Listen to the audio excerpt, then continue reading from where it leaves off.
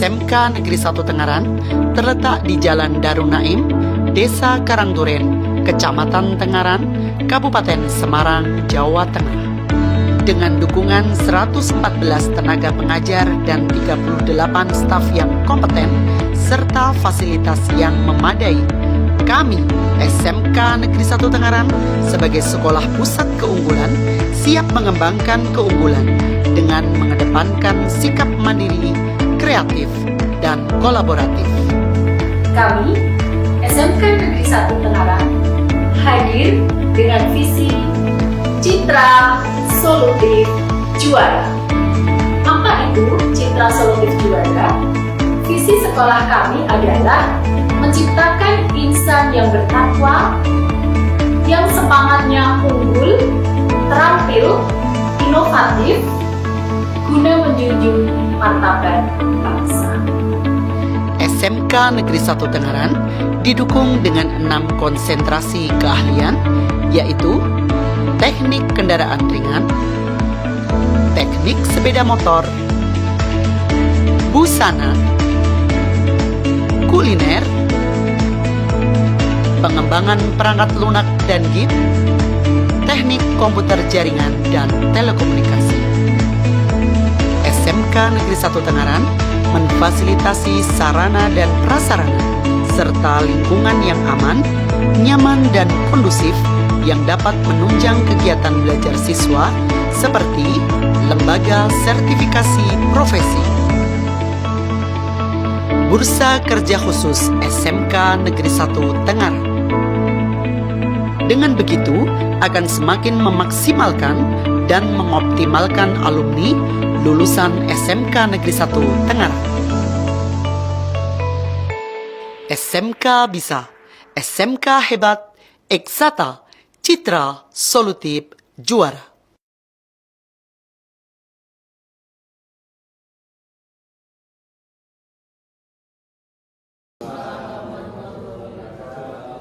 Saya hormati Bapak Ibu SMK Negeri 1 Tengaran, dan saya hormati teman-teman CGP. Syukur dapat menjadikan kepada Allah SWT karena di siang hari ini 17 Oktober tahun 2023 kita bisa berkumpul di meeting room ini dalam rangka kegiatan aksi nyata 1 dan 4, yaitu budaya positif. Dalam kegiatan ini kami dari CGP Angkatan 9 SMK Negeri 1 Tengaran yang terdiri dari saya Sri Wahyu Sapoko, kemudian sudah saya Pak Agus Fadzi, kemudian depan saya Pak Asad Badi, sampingnya Ibu Mahasiswa, akan melakukan pengimbasan tentang budaya positif.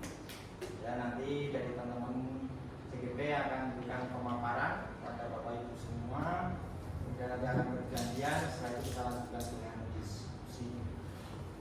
Kemudian mari pertemuan di siang hari ini kita akan bagaimana kita masing-masing dipersilakan. Selesai.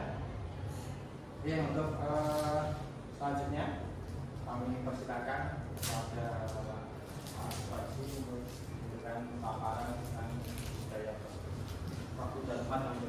Terima kasih Bapak Ibu sebagai moderator pada hari ini. Izin mohon berdiri Bapak Ibu semuanya. Sebelum saya memperkenalkan materi, mari kita kondisikan diri terlebih dahulu. Dan tadi saya sudah keliling-keliling ngos-ngosan. Mari kita tarik nafas dalam-dalam. Kemudian keluarkan dalam mulut.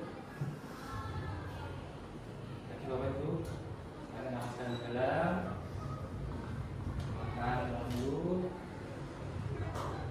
Sekali lagi, tarik nafas dalam. Keluarkan waktu. Bapak Ibu yang saya hormati, terima kasih.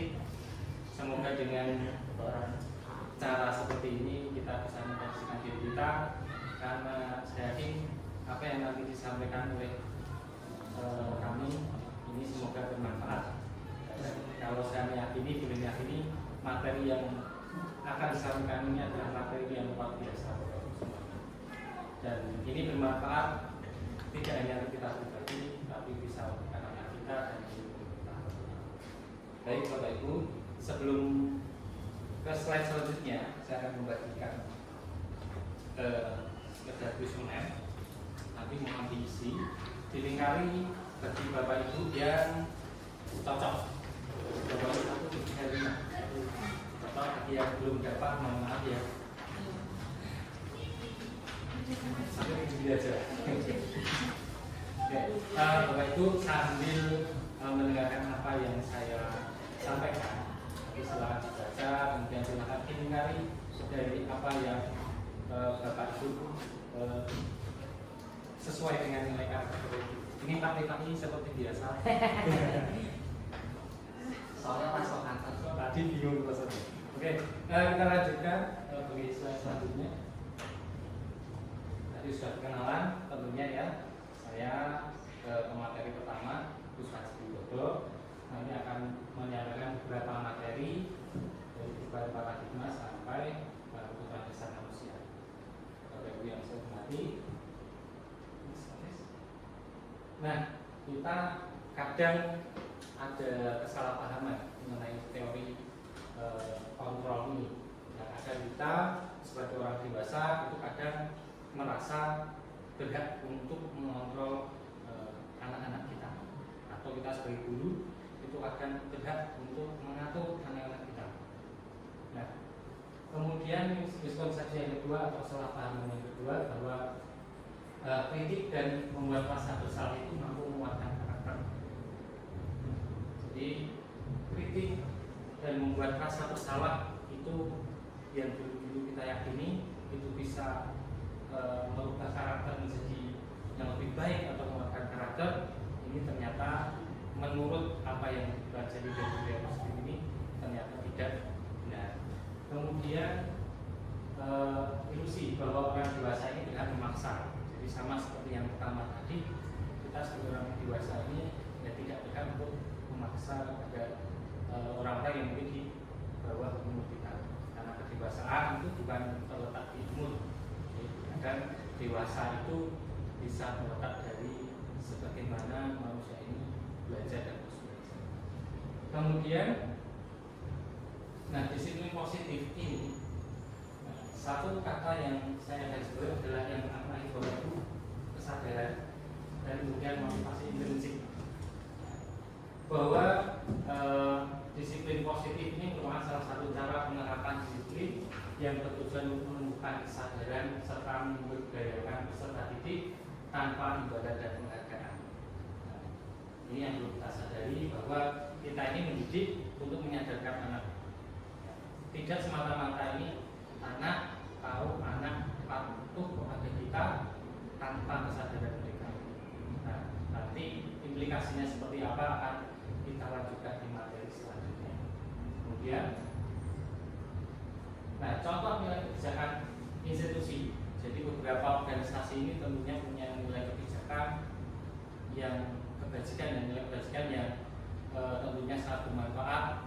Kalau di dalam hal ini kita menyampaikan budaya positif ini kaitannya erat dengan profil pelajar Pancasila, karena di dalam guru menggerak kita belajar atau kita nanti tujuannya itu supaya mendampingi anak untuk memiliki karakter atau profil pelajar Pancasila, di antaranya beriman bertakwa kepada Tuhan Yang Maha Esa, berakhlak mulia, berkebinekaan global, gotong royong, mandiri, kreatif, dan bernalar kritis.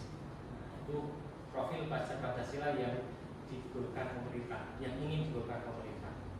Nah, sebagai salah satu rangkaiannya adalah program penggerak ini, kemudian kami bertugas untuk membebaskan juga kepada Bapak Ibu sekalian. Kemudian dari organisasi lain di internasional juga ada beberapa yang meyakini nilai-nilai kebajikan itu, diantaranya dari IT Primary Years Program, dan ada keterampilan hidup atau life skill. Nah, saya rasa kalau di sini garis bawahi semuanya mengenai karakter. Semuanya mengenai karakter. Lanjut habis. Nah, mengenai kebutuhan dasar manusia ini sudah selesai, Bapak Ibu? Sudah. Nah, coba silakan dijumlahkan per 10 item. Jadi nomor 1 sampai 10 dijumlahkan poinnya berapa, nomor 11 sampai 20 berapa jumlahnya, nomor 21 sampai 30 berapa, 31 sampai 40.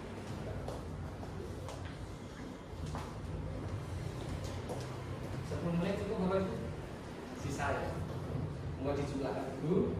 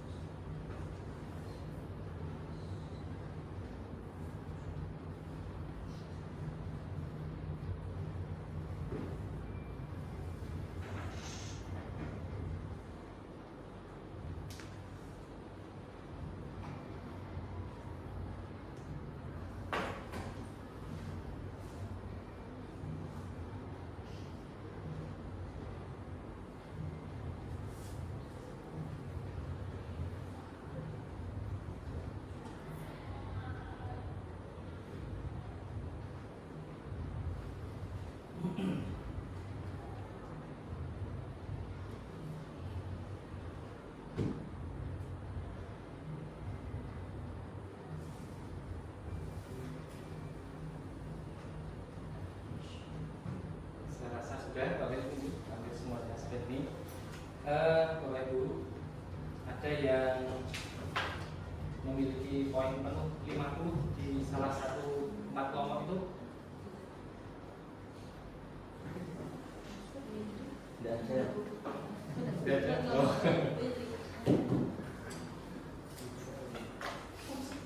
Nah, atau mungkin dari teman-teman Pak Adi mungkin yang paling tinggi di yang pertama dan terakhir. Yang pertama dan terakhir. Kita uji dulu. Pertama dan terakhir. Bu Wahyu? Yang pertama dan terakhir. Pertama dan terakhir sudah. Bu Inga? Yang kedua dan terakhir. Kedua dan terakhir. Pak Rifai? Maksudnya kedua dan terakhir. Nanti dulu. Belum ada dulu. Barengan 10 Masih angka semua angka. Maksudnya Kok Jadi, kok bisa gitu? Nah, bisa. Kan Caranya kedua.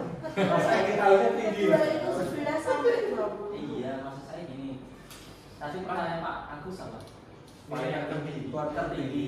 Kalau tertinggi kan maksudnya yang paling tinggi kan? Iya. Satu maksudnya kita Yang pertama yang saya. pertama gitu. Yang pertama ya. Budila sudah ada Pak? Belum. Nanti bisa menyusul sambil saya melanjutkan ya. Nah ini kaitannya Bapak Ibu dengan kebutuhan dasar. Kita ini ternyata dari teori itu punya 5 kebutuhan dasar. Dari yang Bapak Ibu pegang itu 4 diantaranya. Karena yang satu itu adalah kebutuhan dasar yang kita yakini, kita amini sesama makhluk hidup itu akan kita butuhkan, yaitu kebutuhan dasar untuk bertahan hidup. Ya, ini secara fisik, kita harus memenuhi. Jadi kebutuhan makan, kebutuhan minum, kebutuhan untuk memiliki rumah dan sebagainya itu merupakan kebutuhan dasar. Nah, kebutuhan dasar manusia ini sesuai teorinya itu merupakan segala sesuatu yang kita lakukan untuk mendapatkan apa yang kita inginkan. Jadi ketika kita hidup ini, kita melakukan sesuatu, ini mesti punya dasar-dasar. Di antaranya 5 kebutuhan dasar tadi. Nah, kemudian seluruh kegiatan yang kita lakukan ini memiliki tujuan tertentu. Jadi kita melaksanakan ini untuk apa? Kita di sini untuk apa? Nah, saya harap Bapak Ibu di sini datang itu tidak hanya karena undangan, tapi untuk bisa mengupdate dulu. Jadi Bapak Ibu, kita berikhtiar untuk demi masa depan anak-anak kita. Next please. Dan 5 kebutuhan dasar manusia itu yang pertama bertahan hidup atau makanan, pakaian, tempat tinggal, amanah, kesehatan. Mengikuti itu kita amini semuanya ya Bapak Ibu. Ada yang tidak menginginkan makanan, pakaian, tempat tinggal, amanah, kesehatan, semuanya ini ya, semuanya ini. Jadi yang di sini yang Bapak Ibu poin-poinnya itu lingkari itu merupakan kebutuhan 4 yang lainnya. Kemudian ada kebutuhan kasih sayang dan rasa diterima. Kemudian ada penguasaan, kemudian ada kebebasan, dan yang terakhir adalah kesenangan. Bapak Ibu, jangan jangan menganggap tadi saya menjebak Bapak Ibu, tapi ini untuk menilai atau mengukur apakah kita ini di mana ini, atau kebutuhan dasar yang harus kita penuhi atau sesuatu yang kita lakukan ini sebenarnya untuk memenuhi apa. Nah, itu nanti tercermin dari pertama, bagian kedua, bagian ketiga maupun bagian keempat. Nah, Bapak Ibu, dari keempat, yang 5 tadi yang kita lanjutkan sudah kita skip dulu karena kita sudah sepakat ya. Nah, 4 bagian itu kira-kira dari pertanyaan dan poin yang didapatkan, saya pengen ada feedback Pak Fandi tadi di kuadran 1 kelihatannya ya, di bagian 1 kira-kira itu di bagian apa Pak? Yang apa Pak? Masih Yang tertinggi, nilai tertinggi. oh yang tertinggi maksudnya yang di poin 5 atau Di jumlah semuanya. kan ini sampai ini sama. Oke, yang 1 dan 4 nanti saya. Kira-kira yang 1 itu apa Pak? Oh, yang nomor pertama itu paling berteman. Ya, senang berteman. Terus ngobrol sama yang lain, Sama yang lain. Oke. Ini sosialnya Oke. Dari kasih sayang, penguasaan, kebebasan dan kesenangan itu kelihatannya termasuk di mana? kalau kesenangan tadi yang terakhir ya. Kesenangan yang terakhir. Maksudnya di poin ini loh. Poin yang Kalau terakhir ya. 1 sampai 10 termasuk kasih sayang, penguasaan, kebebasan. Ya, maksudnya itu. Oh, gitu. Ya, dari pernyataan nomor 1 sampai 10 itu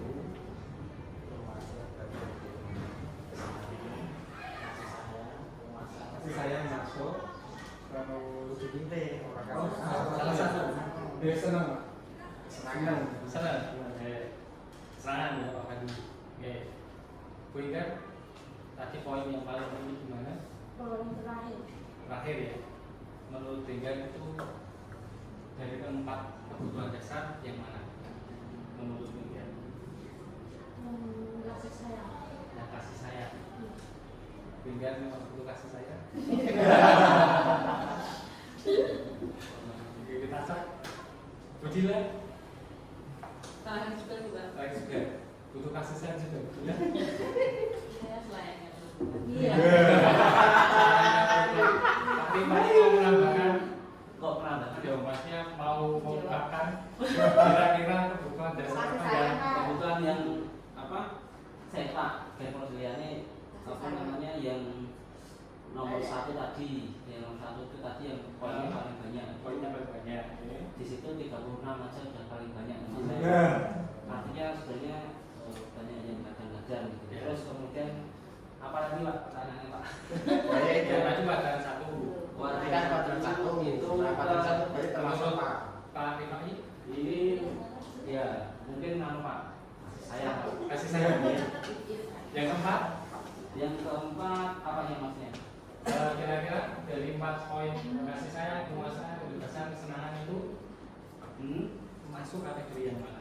Nomor 31 sampai 40. Masuk ya kesenangan. Kesenangan. Ya, Senang main badminton. tertawa itu juga kesenangan. Kebutuhan. Oke.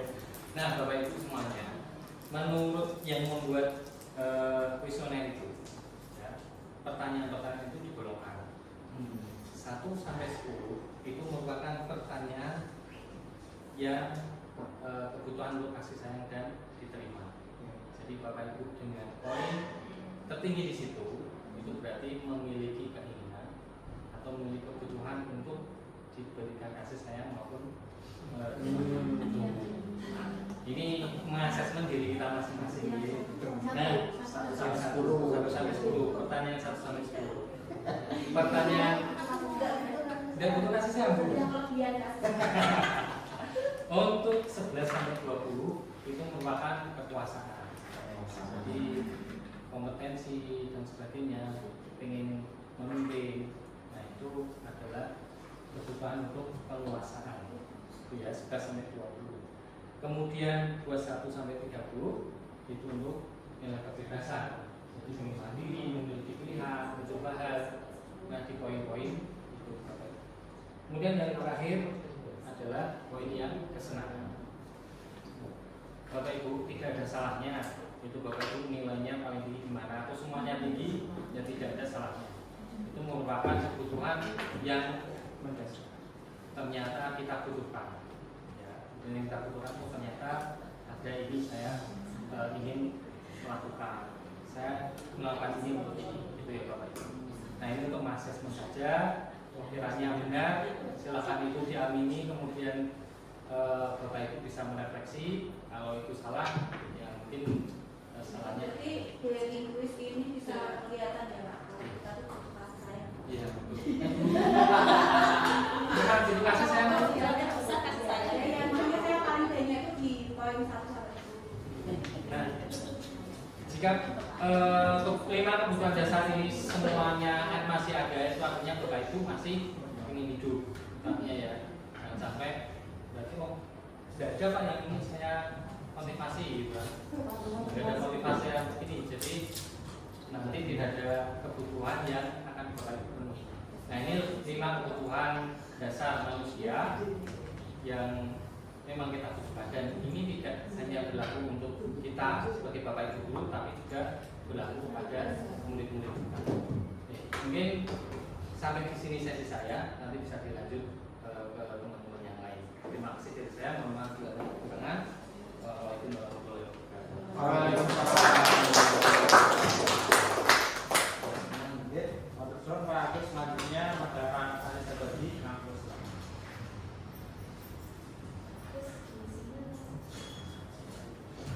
Oke, terima kasih. Selamat siang Bapak Ibu. Ya, Assalamualaikum warahmatullahi wabarakatuh. Bapak Ibu perlu diingat bahwa kita sesinya adalah sambung menyambung. Jadi masih ada 3 lagi yang akan menyambung setelah 2 lagi yang menyambung setelah saya. Bapak Ibu tadi yang sudah disampaikan Pak Agus tentang kebutuhan dasar. Nah, sekarang kita beralih ke motivasi perilaku manusia Bapak Ibu.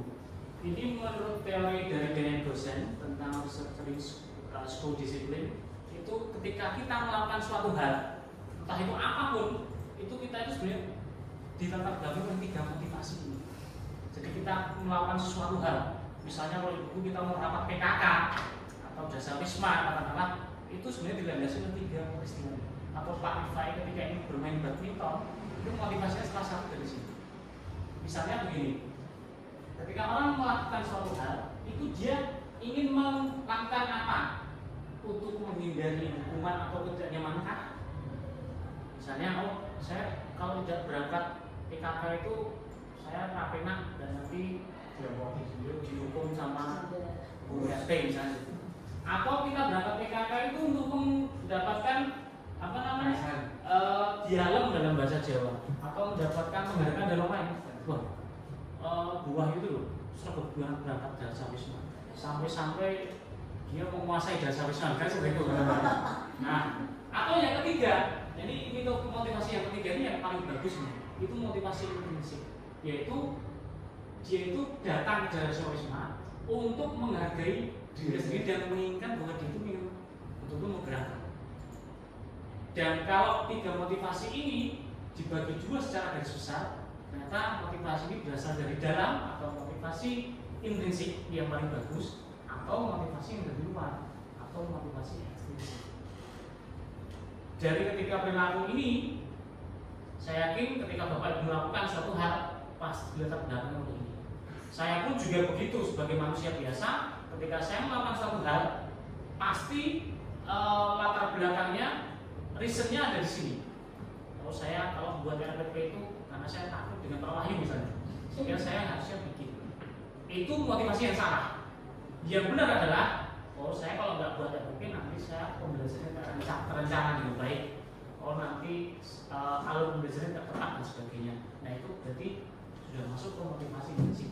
Harapannya Bapak Ibu, setelah Bapak Ibu mendengarkan melihat paparan ini, nanti ketika Bapak Ibu melakukan suatu hal, Bapak Ibu bisa merefleksikan diri. oh ketika saya melakukan sebuah hal ini, apakah ini betul dari dalam diri saya sendiri atau itu karena orang lain. Nah seperti itu, ini merupakan teori dari Daniel Goleman untuk motivasi perilaku manusia. Next please. Kemudian ketika terkait dengan yang tadi perilaku manusia tadi, atau ketika kita implementasikan di dalam kelas, kita itu kadangkala ketika melihat sesuatu yang mengenakan pada siswa, kita pasti akan memberikan suatu judgment atau punishment, hukuman. Tetapi sebenarnya karena kita menyambut budaya positif, seharusnya bukan lagi hukuman, tapi nanti kita akan kategorikan. Jadi ada satu namanya hukuman, yang kedua namanya konsekuensi, yang ketiga namanya restitusi. Nah, nanti Bapak Ibu setelah melihat pendengaran paparan ini bisa memprediksikan, harapannya nanti ketika Bapak Ibu nanti di dalam kelas tidak lagi menghukum siswa, tapi melakukan restitusi. Apa itu restitusi? Apa itu hukuman? Apa itu konsekuensi? Coba kita akan identifikasi dulu. Hukuman itu ketika kita melakukan suatu tindakan yang bersifat fisik atau psikis. Kita mengata-ngatain siswa, kemudian kita memaksa siswa untuk melakukan kegiatan fisik, hubungan fisik, nah itu hukuman. Atau sifatnya satu arah, jadi dari kita sebagai guru kepada siswa. Jadi bukan sebuah komunikasi di dua arah. Kemudian itu tidak terencana tiba-tiba. Misalnya ketika kita melihat siswa melakukan pelanggaran, langsung apa yang terlihat di benak kita itu yang kita gunakan sebagai punishment pada siswa. Nah ini hukuman. Hukuman ini adalah kasta yang paling rendah, yang seharusnya kita sebagai seorang guru janganlah seperti itu. Apalagi kita tidak tahu, ya. Nah, yang kedua konsekuensi. Nanti saya itu. Konsekuensi itu adalah sesuatu yang terencana sesuai peraturan, tetapi murid tetap dibuat tidak nyaman. Kemudian sikap guru memonitor murid selalu. Misalnya begini, kalau hukuman kan jelas tadi, misalnya siswa disuruh push up, siswa kemudian kita jewer misalnya, ini hukuman. Kalau konsekuensi, ini misalnya sesuatu yang tetap siswa itu dibuat tidak nyaman, misalnya lari mengelilingi lapangan. Ini bukan, ini kastanya agak lebih tinggi lah, tapi ini tetap tidak artinya kita sebagai seorang guru janganlah seperti itu. Kalau bisa, nah ya nomor 3 ini. Nomor 3 ini nama restitusi. Restitusi itu mengganti sebuah kesalahan dari siswa dengan sesuatu yang lebih baik untuk menebus dosa dia dalam tanda kutip. Tetapi siswa itu merasa dilibatkan untuk menebus dosa dia. Dan ini saya yakin siswa kita kan bisa diajak seperti ini. Misalnya siswa datang terlambat, kemudian kita ciptakan kondisi bagi murid untuk memperbaiki kesalahannya. Kita tanya, Mas, Mbak, kenapa datang terlambat? Dia akan menyampaikan kesalahannya, alasannya, bla bla bla. Kemudian kita tanya, kira-kira bisa nggak kamu memperbaiki kesalahan ini besok? Nah, terus dia berpikir, oh bisa Pak. Caranya bagaimana? Nah, seperti itu namanya restitusi. Jadi ini merupakan sebuah komunikasi yang berdua arah, melibatkan siswa dan siswa tidak merasa dilakukan social judgment. Jadi dia merasa dilibatkan untuk memperbaiki kesalahannya. Nah, restitusi ini diharapkan nanti menjadi sebuah motivasi untuk siswa untuk memperbaiki atau menebus kesalahannya. Itu Bapak Ibu ya. Dan saya yakin Bapak Ibu juga beberapa kali mungkin menghukum siswa. Beberapa kali ini mungkin tidak sifatnya menghukum tapi melakukan konsekuensi. Tetapi harapannya nanti ketika ini penyebaran budaya positif ini berhasil dan kita ada banyak CGP sudah melakukan diseminasi ke semua orang bahwa sekolah kita nanti restitusi semua. Bahwa nanti tidak ada orang yang suruh push up. Nanti kalau ada yang suruh push up berarti dia belum mendengarkan penyebaran pemahaman, gitu ya? Setuju Bapak Ibu? Setuju untuk melakukan restitusi nanti? Alhamdulillah, berarti salah satu misi kita sebagai CGP berhasil, yaitu menggerakkan komunitas praktisi untuk melakukan restitusi. Itu Bapak Ibu ya? Next dulu. Menurut saya enggak berapi-api lah dan berperilaku. Nah, ini Bapak Ibu, bagaimana kita menghandle siswa? Itu kita punya 5 posisi kontrol. 5 posisi kontrol ini akan kita coba ulas melalui sebuah video, dan nanti Bapak Ibu akan tahu sendiri, oh ternyata bedanya yang posisi penghukum seperti apa, posisi pembuat merasa bersalah seperti apa, posisi teman seperti apa, posisi pemantau seperti apa, dan posisi manajer seperti apa. Ini baru sedikit ya. Bisa? Bisa aja. Oh, ada ujian ya? Sudah kan? Oh, belum.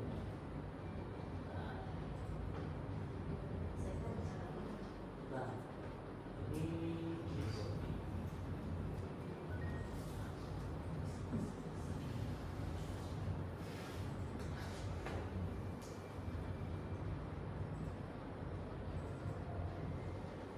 nah, kita yang pertama adalah tadi posisinya posisi penghukum. Coba kita akan lihat Bapak Ibu posisi penghukum itu seperti apa.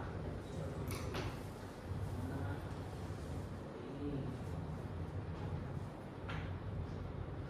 Selamat pagi, Bu. Selalu terlambat. Kamu deh, pasti terlambat. Aku, saya Apa? Apa coba? Alasan kamu apa lagi? Kapan sih kamu? Ini mirip seperti apa ya? Sekolah sebelah ya. Bentuknya seperti ini ya. Dulu sekolah sebelah. Kapok sih kamu. Sudah berapa kali terlambat? Nah, Sana, kamu keliling lapangan basket 2 kali. kenapa saya harus ke lapangan basket, Bu? Kenapa? Kamu lagi Bu. Berani-beraninya jawab. Sudah terlambat, masih berani jawab pula. Sekarang, keliling lapangan basket 5 kali sekalian. Biar kamu. nah, ini sebagai posisi penghukum ya, Ibu, Bapak Ibu. Nah, kemudian ini yang kedua, posisi yang kedua, posisi pembuat merasa bersalah. Kita coba identifikasi, kita bedakan. Pembuat merasa bersalah. Selamat pagi, Bu. Naren, kamu kenapa terlambat lagi, Nak? Ya Tuhan, Naren. Kamu senang ya bikin ibu susah ya? Nah, Kalau kamu terlambat lagi, nanti ibu yang ditegur bapak kepala sekolah ya. Disangka ibu tidak bisa membina kamu. Duh, gimana ini? Maaf, Bu. Duh, Gusti Naren. Kamu suka ya kalau ibu ditegur bapak kepala sekolah? nah, ini pembuat merasa bersalah. Sekarang ibu harus tulis apa ini di buku absen? Oke, jelas ya. Kamu sudah terlambat. Sekarang kita di posisi yang selanjutnya, yaitu posisi teman. Maaf sekali. Ya sudah. Selamat pagi, Bu. Nah, ini posisi teman. Wah, sudah jam berapa ini, Nak? Terlambat lagi ya, sayang. Iya, Bu. Habis ibu saya lupa membangunkan saya, Bu. Kamu malah menyalahkan ibu kamu. Kamu bukannya anak yang larinya paling kencang. Kok terlambat sih? Iya, Bu. Saya memang terlambat bangun tadi. Jadi, biarpun saya lari kencang, tetap gak kejar, Bu. Ya sudah, sayang. Oke, posisi teman ya. Nah, sekarang kita ke posisi selanjutnya, yaitu posisi pemantau.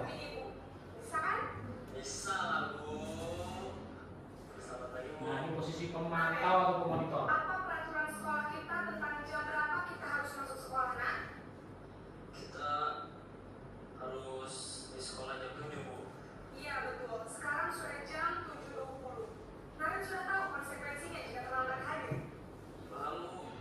Saya harus tinggal kelas pas jam istirahat selama 20 menit. Iya benar. Konsekuensinya demikian. Jadi nanti jam 9.30 pas istirahat, kamu harus tinggal di kelas, kerjakan tugas tambahan untuk ketertinggalan kamu, ya? Baik, Bu. Nah, itu ya. Posisi sekarang yang terakhir tadi posisi pemantau, sekarang posisi manajer. Nah, sekarang kita di posisi manajer. Selamat pagi, Bu. Selamat pagi, Naren. Maaf, Bu. Saya terlambat. Iya, sekolah masuknya jam 7, sekarang sudah jam 7.20. Jadi sekarang bagaimana ini, Naren? Maaf, Bu. Saya lupa setelah alarm saya semalam. Baiklah,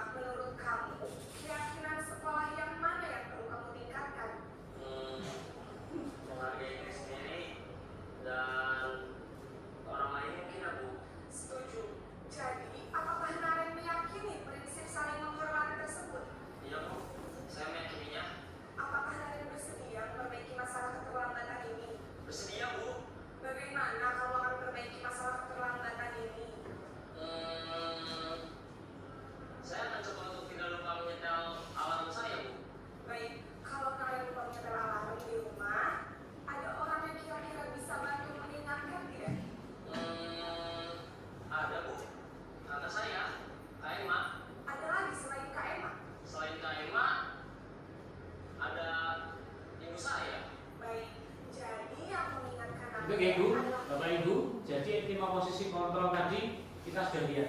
Kira-kira sekarang, kira-kira Bapak Ibu ketika menghandle siswa sering di posisi yang mana?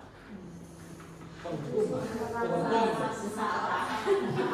Ya, itu saya kira masih wajar karena kita kan belum terkena diskriminasi tadi, orang punya dalam pemahaman. Jadi saya maklumi sampai hari ini. Tapi nanti di kemudian hari saya yakin Bapak Ibu sudah akan menjadikan hal itu dengan posisi yang lebih bijak. Kira-kira posisi apa yang kira-kira yang paling sesuai dengan budaya positif? Posisi manajer. Yang membedakan dari yang lain, posisi manajer ini memberikan sebuah dialog kepada siswa untuk memecahkan masalah siswa itu seperti apa. Jadi tidak satu arah, tapi 2 arah, sehingga dia merasa dilibatkan dan dia tahu bagaimana memutus kesalahan. Seperti itu Bapak Ibu, ya. Jadi ada penghukum, pembuat merasa bersalah, posisi teman, posisi pemantau, dan posisi manajer. Posisi teman ini dia memakai bahasa yang lebih halus, kemudian persuasif. Kalau posisi pemantau ini lebih ke ukuran dan takaran, misalnya kamu tahu konsekuensinya apa. Nah, dia lebih ke strict masalah aturan. Kalau membuat merasa bersalah itu siswa yang dibuat dia merasa bahwa kesalahan ini membuat saya sebagai guru, pertama dimarahi kepala sekolah, yang kedua kalau seperti ini saya harus bagaimana? Siswa juga merasa tidak nyaman dan merasa bersalah. Kalau posisi menghukum sudah jelas, yaitu siswa langsung kita berikan. Nah, sekarang kita coba Bapak Ibu dari contoh penerapan posisi kontrol ini. Kasusnya siswa tidak memakai atribut lengkap saat upacara. 1. Posisi penghukum itu adalah hormat bendera selama 1 jam. Nah, ini berarti dia menghukum karena Pak siswa dihukum untuk hormat bendera 1 jam karena dia tidak memakai atribut lengkap. Tapi kalau membuat merasa bersalah, siswa itu dibilang ini sudah beberapa kali Bapak Ibu kasih tahu bahwa kamu itu selalu saja mengecewakan. Katakanlah ini, nadanya ini, intonasinya juga persis. Kamu selalu saja bikin Bapak merasa. Nah, seperti itu. Jadi anak jadi merasa, wah kalau seperti ini berarti saya membuat Bapak Ibu guru jadi salah dan sebagainya, sehingga dia menjadi defensif dan sebagainya. Inferiority. Sekarang di selanjutnya. Ini, kalau posisi teman, Isto, ayo dong, ikuti aturan sekolah. Tolong bantu Bapak Ibu ya. Nah, itu ada kata-kata seperti itu. Ya sudah, tidak apa-apa. Tapi lain kali jangan buat seperti ini ya. Ini posisi teman. Dan ini juga tidak disarankan Bapak Ibu, meskipun dengan halus, tapi nanti dia merasa bahwasannya betul antara relasi antara guru dan siswa tidak terjadi dan tidak terjalin dengan baik. Kemudian untuk posisi pemantau, ini bahwasannya ini lebih ke tadi, bahwasannya siswa apakah kamu sudah tahu bahwa kamu melanggar peraturan sekolah. Nah, kamu tahu konsekuensinya. Kemudian sekarang juga kamu beri atribut dan jangan diulangi. Nah, hal seperti itu ini juga posisinya masih pemantau, artinya ada aturan-aturan yang harus dia tepati di situ dan bagaimana dia memperbaikinya. Nah, harapannya kan nanti bahwasannya harapannya siswa itu akan pada posisi kita sebagai guru, sebagai posisi manajer. Nah, apa kamu tahu kesalahan kamu? Oh, kamu tidak, saya tidak pakai satu pacar apa? Nah, kira-kira bagaimana memperbaikinya agar hal tersebut tidak terjadi lagi? Ini berarti kita pada posisi manajer. Sudah jelas bahwa itu ya. Jadi diharapkan nanti ketika kita mengajar siswa, kita lebih kepada posisi manajer, tidak sebagai penghukum, teman, pemantau, atau posisi sebagai tadi penghukum atau pembuat rasa bersalah. Nah, kira-kira Bapak Ibu dari ketiga contoh posisi kontrol ini, yang ini patuhi aturan saya atau awas, ini kira-kira masuk dalam posisi kontrol apa tadi Bapak Ibu? Yang ini patuhi aturan saya atau awas? Penghukum. Patuhi aturan saya atau awas? Berarti sebagai penghukum. Oke. Kemudian yang kedua, merasa bersalah. Nah, gimana coba? Kalau orang tahu kamu berbuat gini terus gimana? Membuat merasa bersalah. Membuat merasa bersalah. Jadi siswa merasa, waduh, ini nanti saya mengucapkan apa dan sebagainya. Yang ini, ayolah bantu ibu, demi ibu ya. Nah, ini posisi apa? Posisi teman. Next Bu. Nah, sekarang yang ini. Nah, posisi kontrol apa ini? Patuhi peraturan saya atau ini sangat ketika dia patuhi peraturan saya ya, atau nanti kamu harus menggantinya dengan istirahat ketika kamu masuk ketika pas istirahat sebagai pemantau ya. Kemudian yang ketiga, keempat, apakah kamu meyakininya? Jika kamu meyakininya, apakah kamu bersedia memperbaiki? Apa rencana kamu untuk memperbaiki hari ini? Nah, ini berarti sebagai next Bu. Nah, itu tadi Bapak Ibu materi yang giliran saya, yaitu tadi menyampaikan motivasi dan 5 posisi kontrol. Semoga nanti bermanfaat dan Bapak Ibu bisa mengimplementasikan ketika menghandle siswa. Terima kasih. Banyak kurangnya saya mohon maaf. Assalamualaikum warahmatullahi wabarakatuh.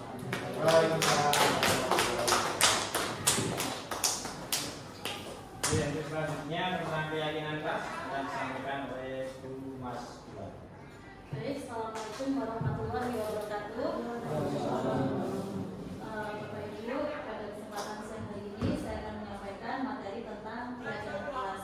Tadi kita semua sudah mempelajari materi yang disampaikan oleh Pak Agus, yaitu tentang disiplin positif dan juga tentang 5 kebutuhan dasar manusia. Setelah itu dilanjutkan oleh Pak Aris tentang 5 posisi kontrol, dan saya yakin pasti setelah panjenengan mendengarkan apa yang dipaparkan oleh Pak Agus dan juga Pak Arif, pastinya ingin menerapkannya di dalam kelas masing-masing. Gitu kan Bapak Ibu, Gim? Nah, sekarang sebelum saya menuju ke keyakinan kelas, saya mau bertanya dulu. Coba, mengapa keyakinan bukan peraturan kelas, Bapak Ibu? Mungkin dari Pak Sidik bisa menjawab mengapa keyakinan kelas bukan peraturan kelas. Ketika keyakinan peraturan gini, peraturan biasanya disepakati bersama atau mungkin sudah tertulis dan sebagainya. Keyakinan ketika seseorang itu meyakini sesuatu, ya kan ini ada sesuatu yang baik, maka dia bagaimana untuk melakukan itu. Demikian juga ketika kita berada di dalam kelas, kelas kita itu mau dibikin seperti apa. Nah, ketika kita satu kelas ibaratnya ingin semuanya baik, maka ketika satu kelas itu memiliki keyakinan di dalam melakukan berdasarkan obrolan yang lainnya, dan mereka yakin bahwa dengan keyakinan itu mereka belajar lebih baik secara bersama. Ya, terima kasih Pak Sidik. Kalau Pak Sidik, keyakinan itu peraturan yang dibuat bersama-sama ya, gitu? Lebih ke motivasi. Lebih ke motivasi. Sedangkan untuk tadi peraturan itu keyakinan yang dibuat bersama-sama, sedangkan keyakinan itu adalah dari dirinya sendiri untuk mematuhi apa yang sudah diyakini sebagai sebuah peraturan, sebuah nilai. Kalau dari Bu Wahyu, Caranya peraturan kelas itu dibuat karena sesuai dengan tata tertib yang dilakukan di sekolah. Jadi kalau melanggar itu akan nanti hukumnya seperti ini. Kalau keyakinan saya tuh di kelas itu kan pasti ada, sebelumnya itu kan ada kesepakatan dengan wali kelas gitu. Kalau misalnya nanti melanggar tata tertib seperti ini, nah itu tuh dibuat kesepakatan juga dengan wali kelasnya supaya bisa mengubah gitu, supaya anak-anak itu tidak melanggar tata tertib yang sudah diterapkan oleh kesepakatan. Ya, terima kasih Bu Wahyu. Kalau menurut Bu Wahyu, peraturan itu adalah suatu aturan-aturan yang telah disepakati oleh sepihak, ya bisa disebut sepihak. Sedangkan keyakinan itu adalah suatu aturan yang disepakati bersama-sama, sehingga menimbulkan suatu aturan yang harus dijalankan secara mandiri ya, sesuai dengan keyakinannya. Kalau Bu Enggar, kurang lebihnya hampir sama dengan hampir sama gitu dengan Bu Wahyu. Pak Rifai. Mengapa keyakinan kelas bukan pelaksanaan kelas? Tadi di awal yang disampaikan Pak Aris tadi nyambung dengan Pak Agus, Pak Aris berulang bahwa kita sedang mencoba untuk menerapkan restitusi. Restitusi bukan hukuman atau bukan konsekuensi. Dan menurut saya setelah saya jadi ingat apa yang disampaikan di sesi CGP yang lalu Pak Etno pernah menyampaikan ada segitiga restitusi namanya. Nah, salah satunya adalah setelah ada memvalidasi kesalahan, itu tingkatan yang selanjutnya yang dilakukan adalah bagaimana caranya untuk menanyakan keyakinan kepada siswa itu. Nah, itulah yang dimaksud sebagai bagaimana menerapkan nilai-nilai seharusnya bagaimana. Itulah nilai tertinggi dari keyakinan itu tadi. Dan saya terima kasih sekali sudah diundang di sini kali ini. Siapa tahu saya memang ditarget supaya saya lekas berubah, karena dari tadi yang disampaikan tadi Bu Ega yang mana, Bu Dila yang mana, Bu Retno yang mana. Karena saya di strata yang paling rendah, masih memberikan hukuman push up tadi. Ya, terima kasih Bu. Bu Dila, bagus sekali ya jawabannya Pak Rifai. Selanjutnya Bu Dila. Dari beberapa teman-teman tadi sudah menyampaikan, kalau dari saya sendiri mungkin kalau peraturan seperti yang disampaikan Bu Dila tadi dari satu pihak. Jadi kalau sedangkan keyakinan itu dari dua pihak, dari yang diatur dan yang membuat peraturan, ada kesepakatan sehingga menimbulkan motivasi untuk melakukan mentaati peraturan. Terima kasih Bu Dila. Selanjutnya Bu Indri. Menurut saya ya, sebuah peraturan itu tidak akan bisa jalan kalau tidak ada keyakinan di apakah aturan itu benar atau tidak.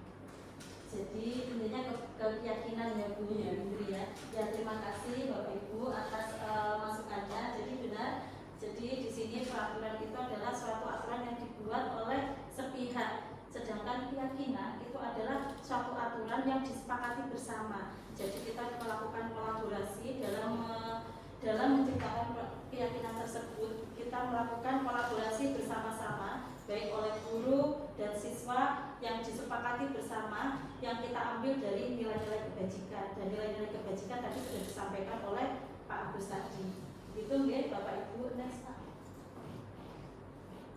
Nah, bagaimana membentuk keyakinan kelas? Yang pertama yaitu bersifat abstrak, yang kedua yaitu pernyataan bersifat berupa pernyataan yang universal. Artinya pernyataannya itu bersifat umum ya, semua orang bisa mengetahuinya.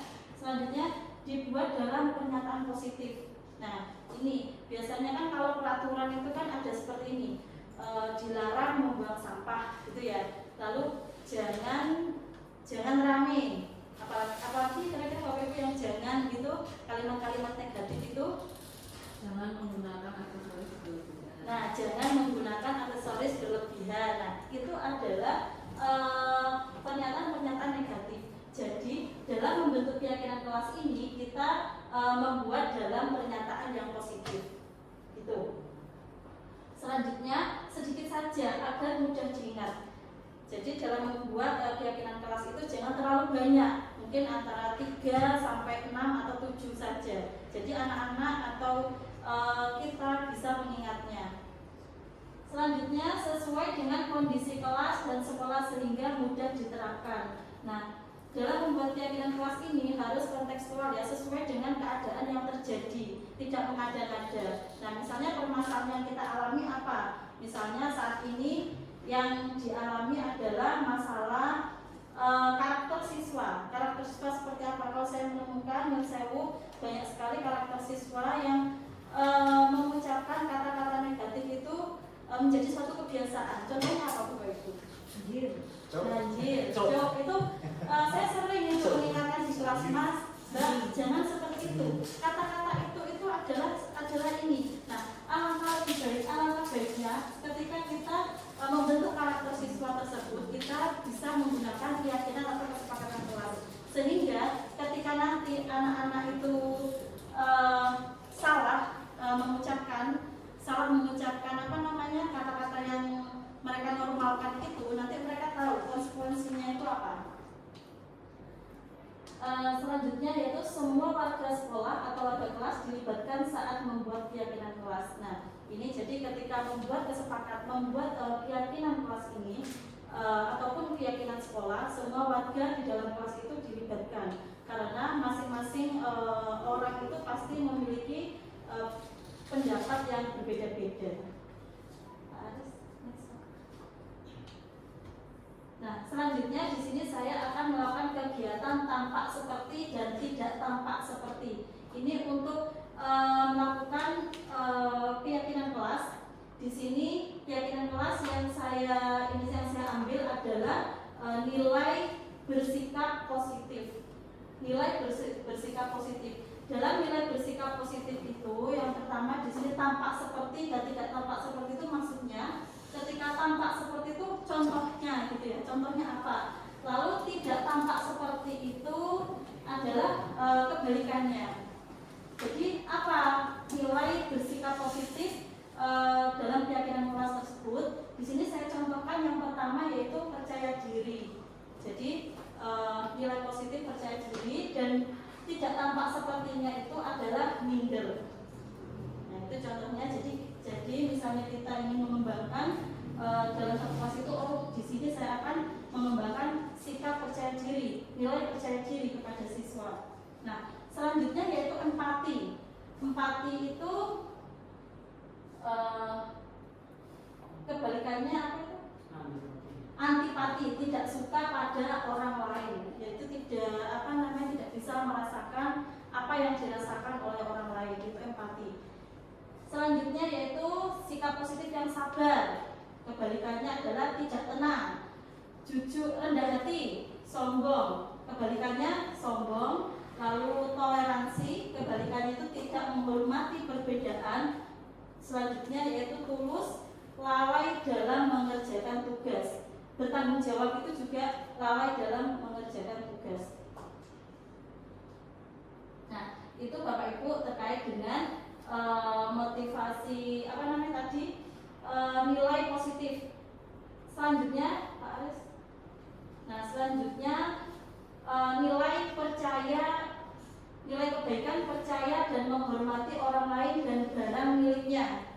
Nah ini juga harus kita tanamkan nilai tersebut kepada siswa. Contohnya bagaimana? Yaitu menghormati. Jadi yang tampak yang kita lihat itu bagaimana orang yang memiliki nilai percaya, menghormati orang lain dan barang miliknya. Yaitu yang pertama yaitu menghormati. Yang kedua yaitu meminta izin kalau meminjam barang. Untuk menghormati ini tidak tampaknya seperti apa? Merendahkan orang lain. Jadi jangan sampai seperti itu. Selanjutnya meminta izin kalau meminjam barang, tidak tampaknya yaitu berbuat sesukanya pada orang lain. Tampaknya menjaga barang orang lain, tidak tampaknya merusak barang orang lain. Tampaknya menghargai privasi orang lain, tidak tampaknya melanggar privasi orang lain. Yang selanjutnya itu mendengarkan dengan tulus, tidak tampaknya yaitu sering mengabaikan, dan selanjutnya mengucapkan terima kasih dan menganggap semuanya sebagai hal yang wajar. Jadi ini adalah nilai-nilai yang akan ditanamkan pada peserta didik atau kepada murid terkait dengan nilai percaya dan menghormati orang lain dan barang miliknya. Selanjutnya setelah kita belajar tabel T, itu namanya tabel T tadi Bapak Ibu. Selanjutnya kita belajar tabel Y, di mana tabel bagian tampak seperti dari keyakinan kelas. Jadi dari tabel T tadi, Pak Aris bisa klik lagi. Ini kan misalnya di sini pada tabel T ini ada seperti ini. Apa nilai yang akan ditanamkan kepada peserta didik? Misalnya menghormati, meminta izin, kalau meminjam barang, menjaga barang orang lain, menghargai privasi dan lain-lain. Nah, di tabel Y nanti ini kita jabarkan satu persatu. Apa yang terlihat? Tabel Y, Pak. Apa yang terlihat, apa yang terdengar, dan bagaimana berperilaku. Di sini saya mengambil contoh, misalnya dalam hal menghormati. Tadi kan ada yang menghormati. Nah, di sini terdengarnya seperti apa? Jika ada sesuatu yang bisa saya tolong beritahu saya. Itu contoh. Jadi kata-kata ini bisa didengar oleh telinga. Selanjutnya terlihat. Jadi orang yang memiliki nilai menghormati itu akan memiliki akan terlihat bagaimana, misalnya muka cerah dan bahagia. Ketika ketemu siapapun dia cerah, senyum. Kalau di sini itu kan yang saya ingat dari Bu Farida itu senyum, senyum dan senyum. Tapi memang kalau ketika kita bertemu orang itu senyum, itu hati kita itu enak ya, daripada mungkin ketemu Pak Aris gini aja, nanti kan senyum ya. Selanjutnya tulus dan ikhlas. Jadi terlihat ketika orang saling menghormati itu tulus dan ikhlas, tidak mengada-ngada, memang benar-benar tulus dan ikhlas. Selanjutnya menunjukkan rasa terima kasih. Nah ini penting sekali Bapak Ibu, ini juga harus kita tanamkan pada siswa yang namanya menunjukkan rasa terima kasih. Kadang siswa kita itu kurang bisa mengekspresikan cara berterima kasih dan cara minta maaf karena menganggap semuanya itu sama. Nah ini bisa kita tanamkan. Selanjutnya menggunakan bahasa yang sopan, seperti itu. Itu terlihat, terdengar, terlihat dan berperilaku. Bagaimana perilaku nilai menghormati tersebut? Yang pertama yaitu memberikan salam hormat. Jadi ketika kita memberikan hormat kan kita orang Indonesia kan biasa ya, seperti itu. Lalu memberikan apresiasi ketika anak mungkin mendapatkan mendapatkan suatu keberhasilan, kita bisa memberikan apresiasi kepada anak tersebut. Selanjutnya menghormati privasi. Nah ini perilakunya menghormati privasi, mungkin tidak mengambil barang temannya tanpa seizinnya.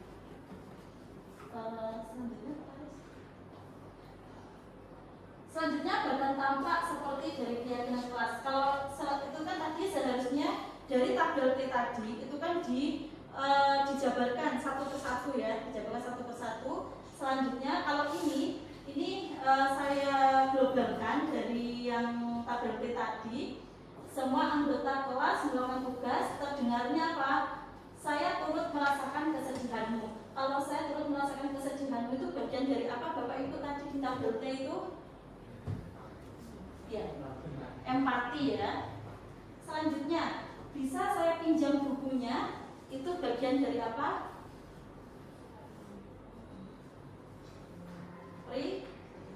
Privasi. Selanjutnya, kamu bisa bercerita. Saya akan selalu menjaga kerahasiaan apa yang Anda bagikan dengan saya. Dan terima kasih ya. Mungkin sama-sama temannya dia bisa mengekspresikan dengan kata-kata seperti itu. Nah, selanjutnya yaitu terlihat itu yaitu muka cerah dan bahagia. Tadi sudah saya sampaikan. Lalu terlihat ramah, tulus, ikhlas, amanah ketika meminjam barang. Jadi menempatkan barang yang dipinjam itu contohnya ke tempatnya semula. Selanjutnya yaitu berperilaku. Berperilaku itu adalah bagaimana dia berperilaku dalam menerapkan nilai-nilai tersebut. Misalnya senyum, salam, sapa. Sudah terlihat di sini senyum, salam, sapa. Jadi kalau di SMK sini ada sopan santun nih. Sopan santun. Lalu memberikan salam hormat. Selanjutnya menjaga barang milik orang lain, saling tolong-menolong dan berempati. Dan mungkin ini Bapak Ibu yang bisa saya sampaikan terkait dengan keyakinan kelas di siang hari ini. Terima kasih atas perhatiannya. Wassalamualaikum warahmatullahi wabarakatuh. Waalaikumsalam. Ya, demikian tadi paparan dari Bu Mas Ulang, luar biasa sekali. Artinya enak sendiri. Nah, Bapak Ibu, tadi dari depan sudah bila Pak Akbar ini sudah lanjutkan Pak Aris, kemudian sampai ke Bunda. Itu ada intinya bagaimana nanti kita bisa menerapkan budaya positif di sekolah kita. Kemudian tadi di contoh juga ada yang diutarakan oleh Pak Aris tadi, terlihat keyakinan kelas. Nah, yang kelas adalah seperti yang baru dijelaskan Bunda itu tadi. Sehingga nanti kita waktu mengajar, nanti kita di dalam kelas sudah mempunyai kesepakatan dengan murid-murid kita, sehingga nanti kelas akan menjadi lebih kondusif dan siswa juga akan bertanggung jawab dengan apa yang nanti dilakukan dalam kelas tersebut. Harapannya nanti kegiatan belajar mengajar bisa berjalan dengan nyaman dan siswa di dalam kelas juga akan berani berekspresi, karena di situ semua anggota kelas akan saling menghargai, menghormati, dan maka akan timbul suatu atmosfer yang positif di dalam kelas. Harapannya adalah seperti itu. Nah, kemudian apabila nanti terjadi hal-hal yang tidak diinginkan, kita nanti harapannya seperti yang berkata Pak As tadi, itu kita tidak sebagai apa tadi posisi kita saja jadi mainnya dia apa? Penghukum yang pertama, kedua membuat masalah, ketiga keempat terakhir adalah manajer. Nah, tadi juga dijelaskan bahwa kita harapannya adalah sebagai manajer. Kalau penghukum itu sudah sering kita lakukan ya, sering kita lakukan karena kita belum tahu teorinya dan dulu memang wajibnya belajar, makanya saya ikut CGP supaya saya bisa belajar. Nah, kemudian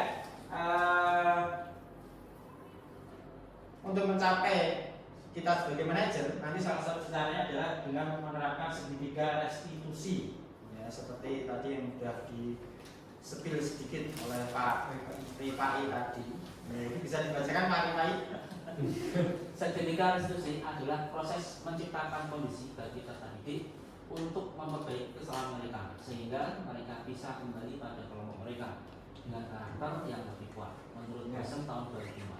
Ya, terima kasih Pak Rifai. Ya. Nah, di sini intinya bahwa nanti yang memperbaiki itu adalah mereka itu adalah artinya adalah muridnya. Nah, sehingga nanti kita bagaimana peran guru itu nanti bisa menjadi seorang manajer, kemudian nanti bisa membuat anak itu sadar, kemudian juga mencari solusi atas permasalahannya sendiri. Karena nanti kalau kita bisa sebagai penghukum itu anaknya seakan-akan supaya dia itu jera gitu ya, tapi ternyata anak tersebut tidak jera, besoknya diulangi lagi, nah gitu. Karena mungkin kalau saya pribadi mungkin saya belum paham tentang teori segitiga restitusi ini, nah, sehingga dengan kita belajar di sini dan harapannya nanti dengan kita melakukan pembahasan, nanti kita di sekolah ini nanti semua bapak ibu guru karena menerapkan budaya positif ini nanti bisa menerapkan segitiga restitusi. Nah, kemudian nanti segitiga berarti nanti ada 3 tahapan. Ya, bisa lanjut Pak Aris. Nah, nanti yang pertama itu adalah menstabilkan identitas. Nah, kemudian selanjutnya validasi tindakan yang salah. Yang ketiga, menanyakan keyakinan. Nah, menstabilkan identitas itu nanti yang bagaimana? Ini lebih mudahnya di slide selanjutnya, itu ada tabelnya. Nah, ini isinya hampir sama. Nah, ini tahapannya ada 3 itu, sehingga bertujuan yang menstabilkan identitas ya, mengubah identitas anak yang gagal karena melakukan kesalahan menjadi orang yang sukses. Contoh responnya adalah berbuat salah itu wajar, tidak apa-apa. Kemudian saya juga pernah membuat kesalahan seperti itu. Kemudian saya ingin mencari solusi, bukan siapa yang salah. Itu respon dari menstabilkan identitas. Misalnya ada siswa yang terlambat ataupun ada siswa yang mencolok pagar. Nah, tapi nanti kita jangan responnya jangan saya dulu juga pernah mencolok pagar. Nah, kemudian di sini intinya yang di sini walaupun nanti kita seakan-akan berpihak pada murid, tapi nanti kita sehingga murid itu merasa ada temannya itu. Nah, kemudian siswa tersebut akan terpancing untuk mencari solusinya. Nah, sehingga nanti siswa di sini jangan sampai merasa dia terpojokkan. Nah, kemudian nanti akhirnya dia tidak akan memberi respon dari pertanyaannya, dia hanya akan diam terus. Nah, disitulah pintar-pintarnya nanti kita sebagai guru untuk memposisikan diri. Kemudian yang kedua adalah validasi tindakan yang salah. Kamu pasti punya alasan, responnya ini langsung aja. Kamu pasti punya alasan melakukan hal itu. Kamu boleh mempertahankan sikap itu, tapi kamu harus menambahkan sikap yang baru. Nah, sehingga di sini validasi ini untuk untuk memberi tahu pada murid kita bahwa itu sebenarnya ada suatu tindakan yang salah. Tapi jangan sampai nanti membuat siswanya itu menjadi malah takut. Sehingga kita kalimatnya itu kalimat yang positif. Nah, kemudian yang terakhir yaitu menanyakan keyakinan. Kemudian ini apa yang kita percaya. Responnya ya, kemudian apa keyakinan kelas kita. Seperti contoh yang tadi diputarkan. Kemudian dari situ nanti yang setelah menanyakan keyakinan, baru nanti kita carikan bukan kita, nanti murid kita pancing bagaimana dia bisa mencari solusi dari permasalahan tadi. Seperti contoh tadi bahwa dia akan memasang alarm supaya tidak terlambat, misalnya bangunnya kesiangan. Kemudian tadi gurunya juga masih memperkuat lagi. Nah, nanti yang bisa membantu kamu siapa? Tadi jawab siswanya kan ada kakaknya dan ada ibunya. Nah, itu kemudian tinggal kami perkuat lagi. Saya yakin kamu pasti bisa. Kemudian nanti kamu kapan akan mulainya ini? Mungkin langsung besok atau kapan. Nah, itu fungsi dari segitiga restitusi adalah seperti itu. Nah, sehingga nanti harapannya seperti dikatakan oleh Pak Aris dan teman-teman yang lainnya, nanti kita dalam menerapkan disiplin positif ini kita tidak sebagai penghukum, tapi sebagai posisinya adalah manajer dengan menerapkan segitiga restitusi. Itu Bapak Ibu dari penampilan kami nanti berempat, intinya adalah mengajak Bapak Ibu semua itu untuk bisa menerapkan segitiga restitusi. Nah, kemudian di sini tadi dalam menerapkan ini nanti kita harus membuat kalimat itu untuk supaya kita dekat dengan siswa. Itu jangan kalau misalkan akan kita didikannya siswa itu jangan menyalahi prinsip yaitu kita akan berbohong. Contoh sederhananya siswa misalnya ngambil mangga gitu ya, tidak nembung. Nanti jangan responnya saya dulu juga pernah nyalon pelem. Ya kalau kasusnya ya nyalon pelem, tapi kalau kasusnya ternyata anaknya nangkopeng. Karena kita kan di sekolah menengah ya, nanti saya dulu juga pernah nangkopeng gitu kan, jadinya kan kasus. Walaupun kita niatnya berbohong ya, seakan-akan supaya kita ada sesuatu seperti itu kayak ada temennya, tapi itu jangan meninggalkan prinsip bahwa kejujuran itu paling lebih penting daripada kita berbohong. Karena mungkin kita berusaha dengan sekuat tenaga supaya dekat dengan siswa, tapi terus kita melakukan kebohongan, itu tidak dianjurkan. Mungkin itu dari Bapak Ibu. Kemudian ada yang direspon, mari kita lanjutkan dengan diskusi saja. Mungkin bisa berbagi pengalaman dari BK mungkin yang sering menerapkan segitiga restitusi. Sudah pernah Bu ya? Setengah. Berarti baru sampai lihat kasusnya. Contohnya yang sudah mau kita berbagi saja. Bebas Bu. Kasusnya itu kalau ada anak misalnya dibully ya. Ya dibully. Iya, ini kan kayak dibully gitu. Ya kita di situ menciptakan ikatan dulu. Karena apa? Ya kita cari tahu latar belakangnya dia tuh kenapa juga gitu. Terus ya ini bagaimana? Tidak mau Bu. Tadi yang kembali ke segitiga tadi Pak. Segitiga itu Pak. Ya benar-benar. Ya. Validasi tindakannya. Validasi tindakannya itu alatnya ya Pak. Ya, contohnya dengan Kamu jangan merasa dalam di kelas itu kamu gak punya teman gitu. Jadi kalau misalnya memang ada teman yang gak suka sama kamu, supaya kita harus bisa menjadi diri sendiri gitu. Jadi jangan selamanya dapat gitu loh. Jadi kita lihat dulu kalau misalnya kamu dibully, kalau memang itu tidak kamu lakukan, ya kamu biarkan teman itu menilai kamu. Nanti lama-lama kan mereka akan tahu sendiri bahwa sebenarnya tuh apa yang kita lakukan itu tidak sesuai dengan apa yang mereka katakan. ini sebentar, ini yang dengan wawancara itu siswa yang dibully apa yang membuli? Siswa yang dibully. Yang dibully ya.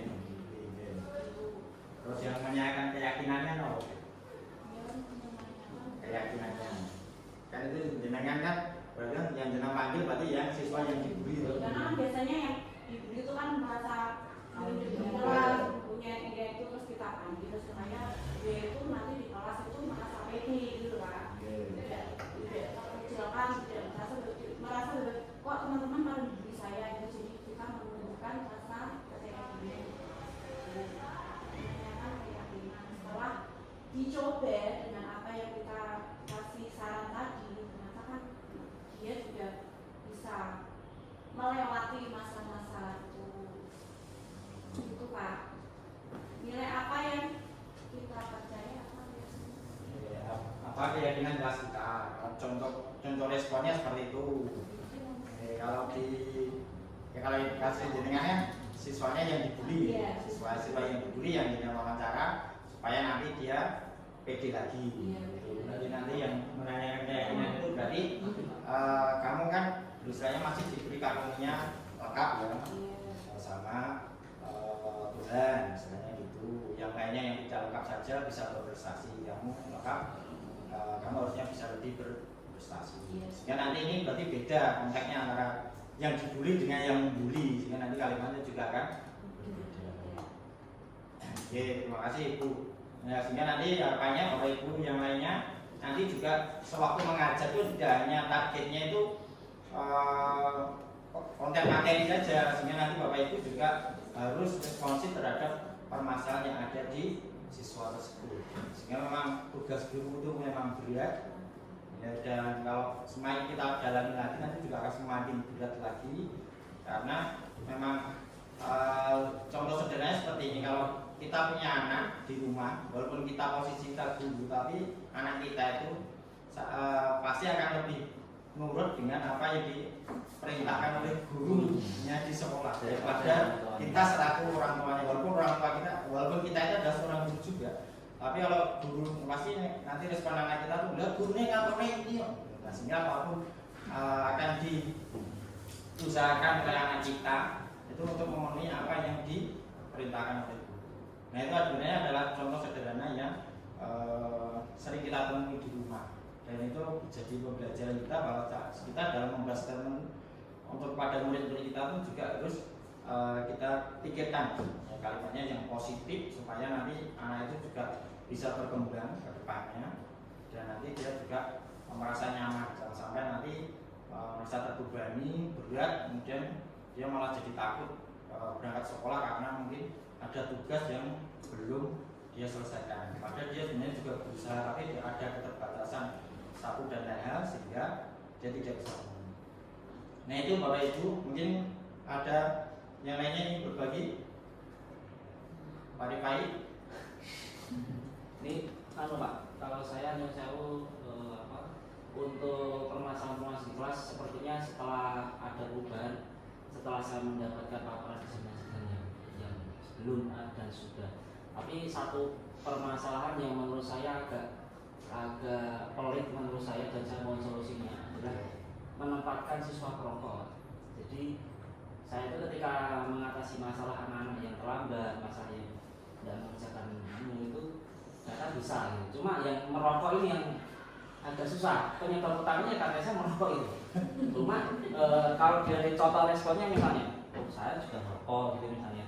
Terus tapi kemudian kan ada validasinya misalnya, tapi saya nggak melakukan dengan uang orang tua atau uang apa gitu misalnya gitu Pak. Terus kemudian bagaimana caranya di forum ya, bagaimana caranya supaya anak itu berhenti dan tidak nyontoh gurunya, ini kira gitu Pak. Itu seperti apa kira-kira menurut masukan dari mantan-mantan perokok misalnya Pak Agus Fasmin yang jawab?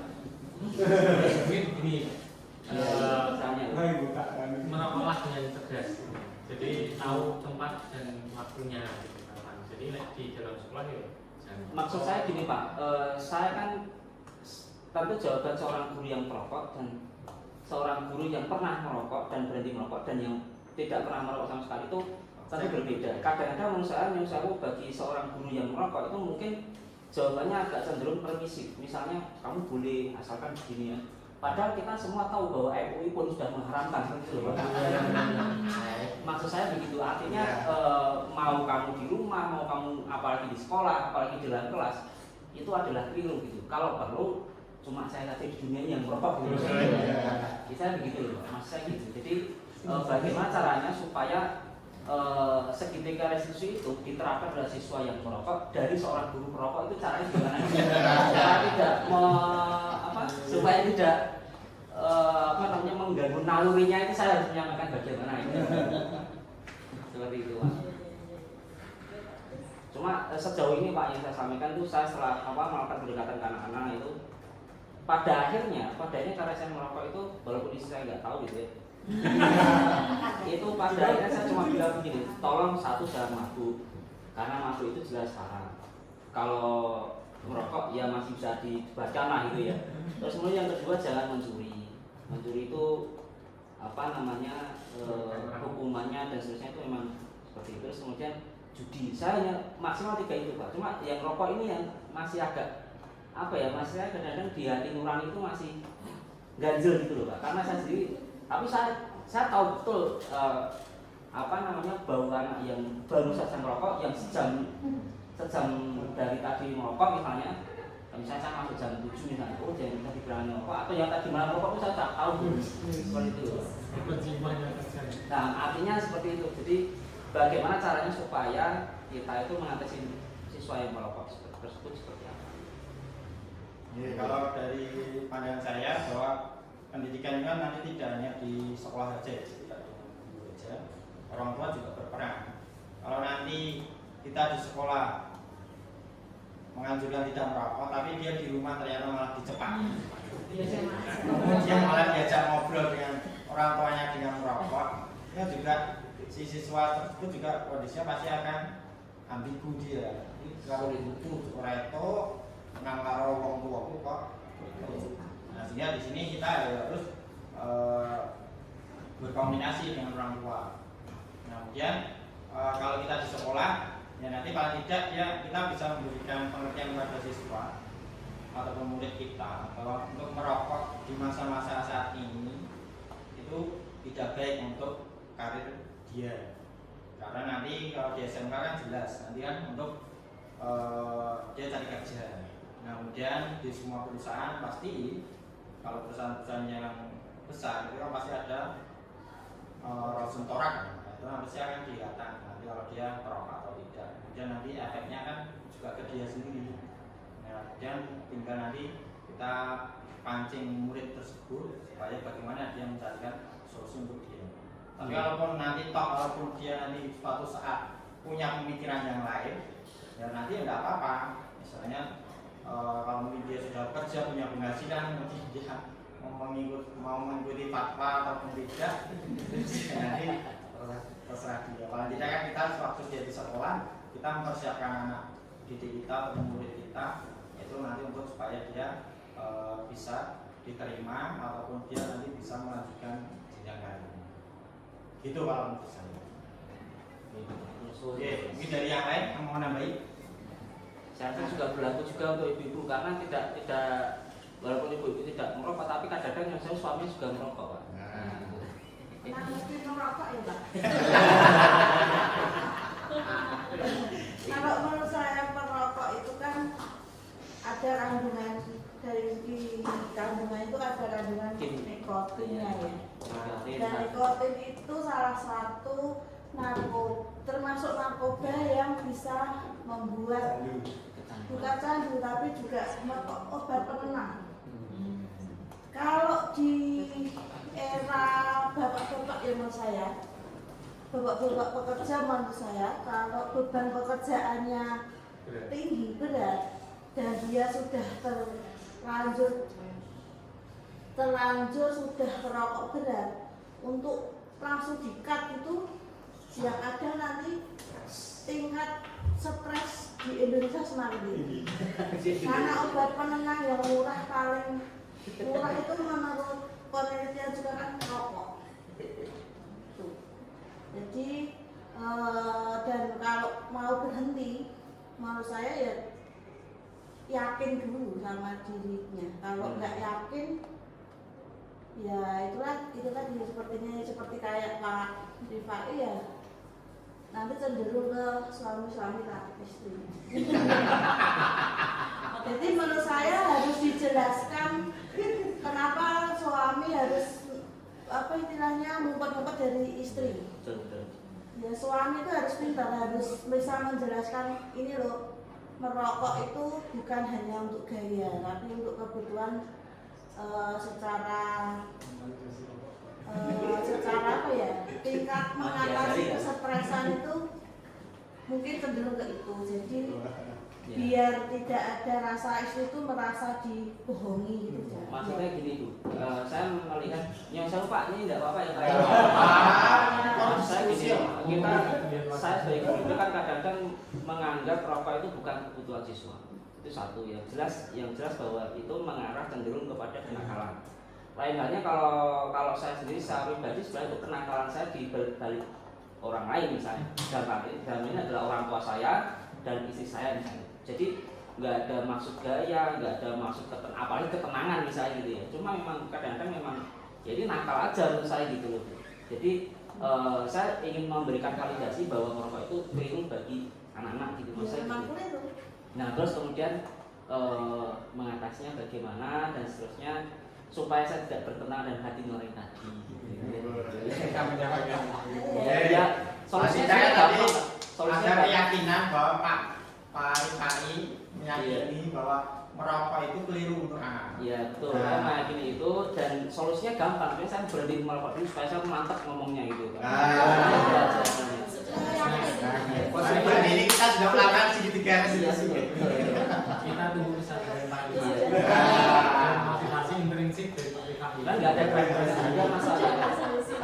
Ya, terima kasih untuk kejujurannya dan kemampuannya untuk merokok. Oke Bapak Ibu, tidak terasa kita sudah 1 jam lebih diskusi yang luar biasa sekali. Diskusi kita di siang ini. Semoga saja apa yang kami sampaikan pagi ini nanti bisa memberikan dampak positif kepada Bapak Ibu semua, terutama dalam menerapkan budaya disiplin positif di sekolah kita, sehingga nanti apa yang kami paparkan berempat nanti bisa memberikan dampak pada murid-murid di sekolah. Itu saja Bapak Ibu, kami selaku moderator apabila ada salah mohon maaf, dan apabila dari paparan teman-teman kami berempat ini apabila ada salahnya juga mohon maaf, dan mari kita terus untuk kita semua. Untuk mengakhiri kegiatan paparan di siang hari ini dan dengan diskusi, mari kita berdoa untuk agama dan kepada kita masing-masing. Dipersilakan. Selesai. Saya selaku membawa